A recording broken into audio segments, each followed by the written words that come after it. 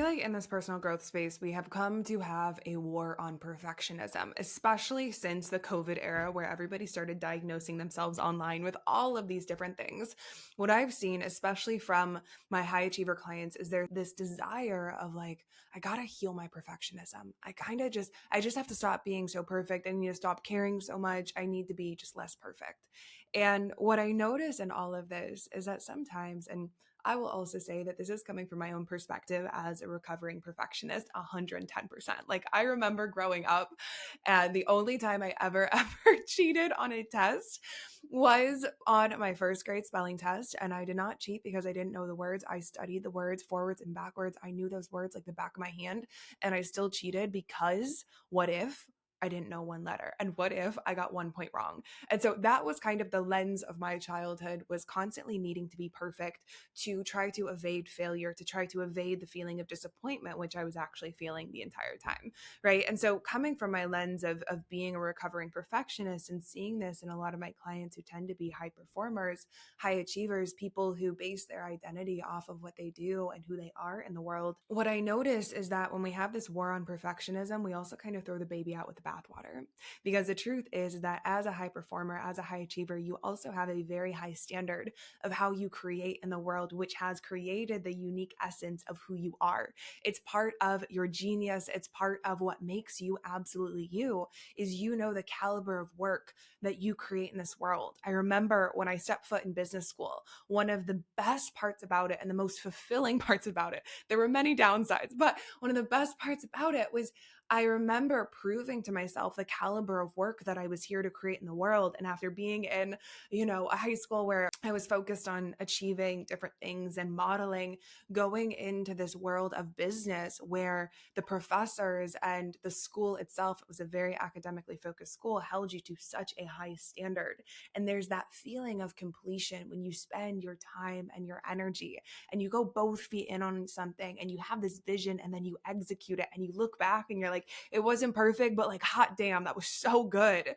And there's almost that feeling of like, if you're ever an athlete and you like train for something and then you show up and you perform, it's like, yes, that feels good. And there's a richness to it, right? So there's a beauty in having high standards. And as you heal that perfectionist within, you also don't have to kill your high standards. Like, it's okay to have high standards for the type of work that you desire to put out into the world. I know something about me. It's like, yeah, I might edit things a couple of times, but there's an image, there's a vision that I have for the content that I desire to put out there, for the coaching that I desire to give in the world. And so I'm not just going to put anything out there. I'm going to do it with intention and know that high standards are part of who I am.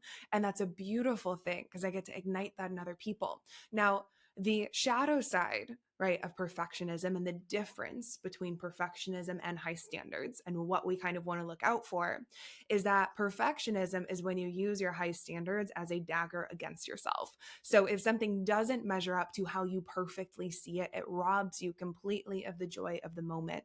Now, what I find to be one of the greatest life adventures of the high achiever is really finding joy even in the moments when it's not perfect, even in the moments where you say something embarrassing, even in the moments where like you spent so long on something and it doesn't perform in the way that you thought it was going to. Even in those moments, can you still find the stability and the staying power within yourself to know that that doesn't need to make you feel any differently about yourself? It was just a moment in time.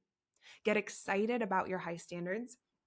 Be a little bit wild with your vision. Know that you can produce it. It's just part of who you are.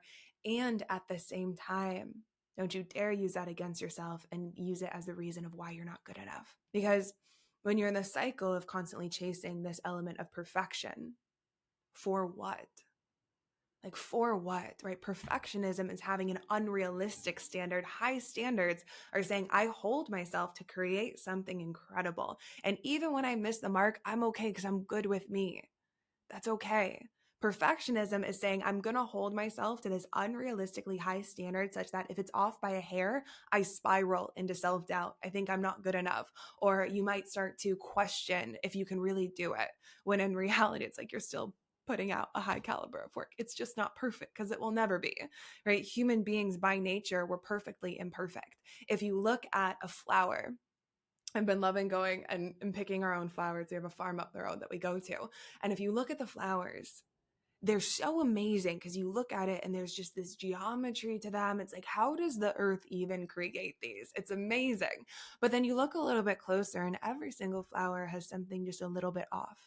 Just a little bit off. Like there's a rose petal that's, a little bit different than the rest, or there's a leaf that maybe has a little brown spot on it, or it's not perfectly symmetrical, even though it's based in this incredible geometry.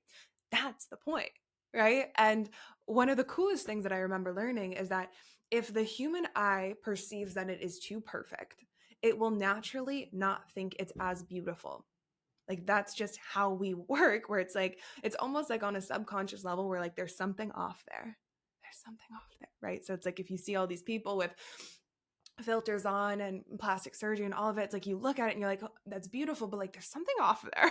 Something not right there, right? Because we're meant to be perfectly imperfect within our lives. And so when you're functioning according to that perfectionist standard of like, it has to be so high that I'll never reach it, and then you start to spiral on the other side, you're basically going against your own human nature and working against yourself. Now, if I look at the high performer, it's also like, okay, how can I be the most efficient and have the most fun as I do things, right? If efficiency is part of your high standard, then shooting for an unrealistic standard is actually the opposite of that.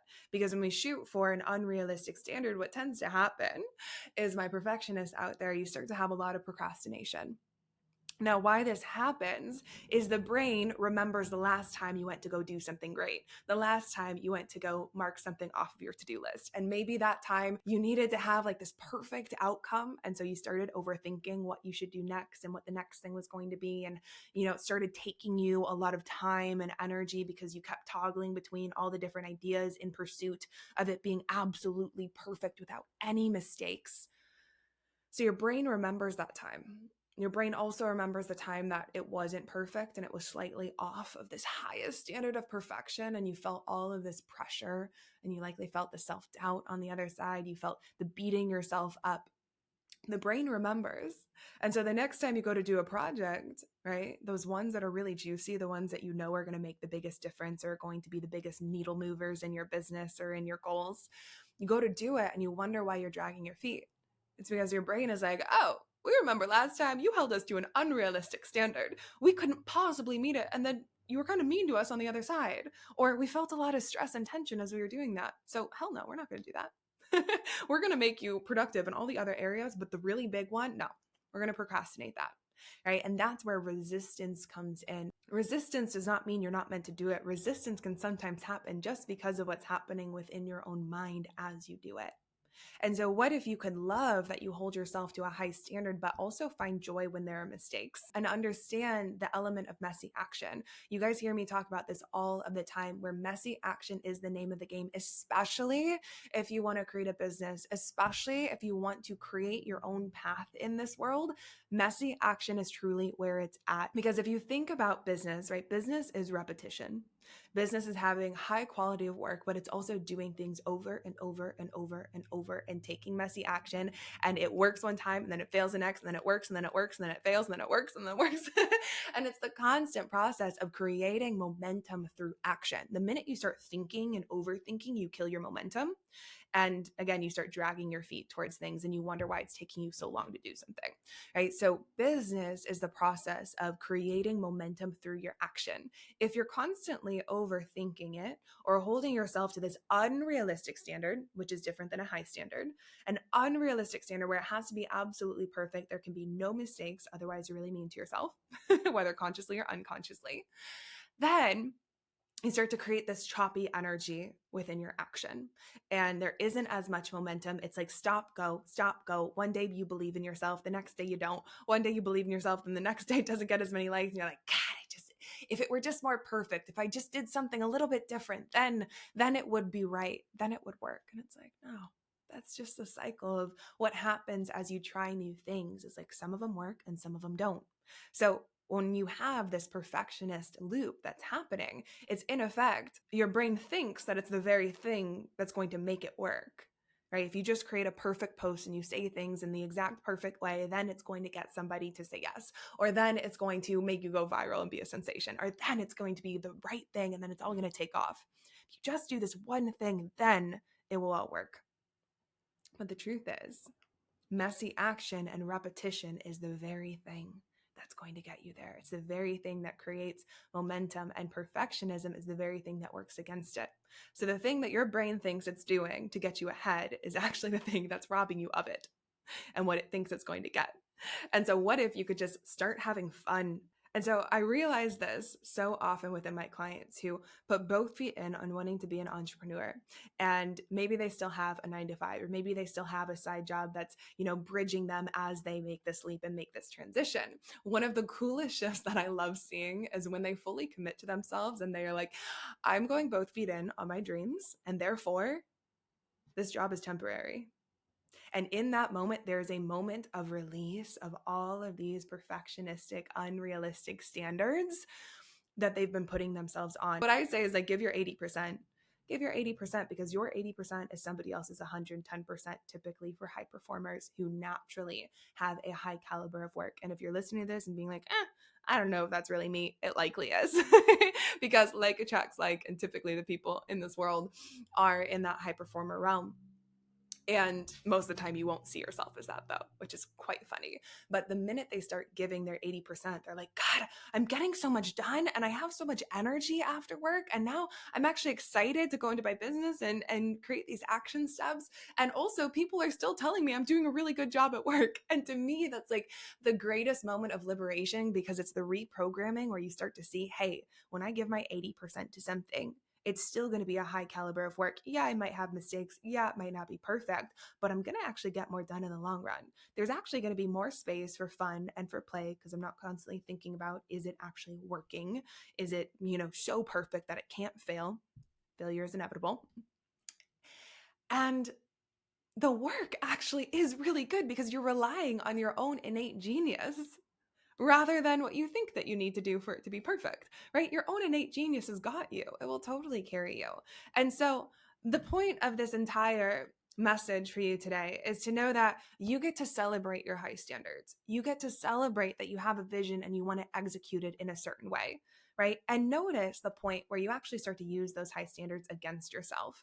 And that's the only thing to start to shift is, instead of feeling like you have to heal your perfectionism perfectly, right? Otherwise, you can't do X, Y, and Z. It's like, no, love your perfectionism. Love that you have high standards. Don't kill your high standards. You get to create a high caliber of work. You get to have high standards for how people treat you. And be kind to yourself in the process. Be so kind when you make a mistake, because I truly find the greatest leaders are the ones that embarrass themselves. The greatest leaders, like to me, I love those moments where I just get to be so honest, where it's like, oh yeah, didn't mean to say that. That one came out a little awkward. Or like, that wasn't perfect. Those create the stories that you look back and you want to tell. So I love you. Go have high standards in this world. Go create an incredible product. Go live out your dreams. Know that your high standards are a beautiful asset to your own process, and have fun along the way. Messy action is the name of the game. Mwah.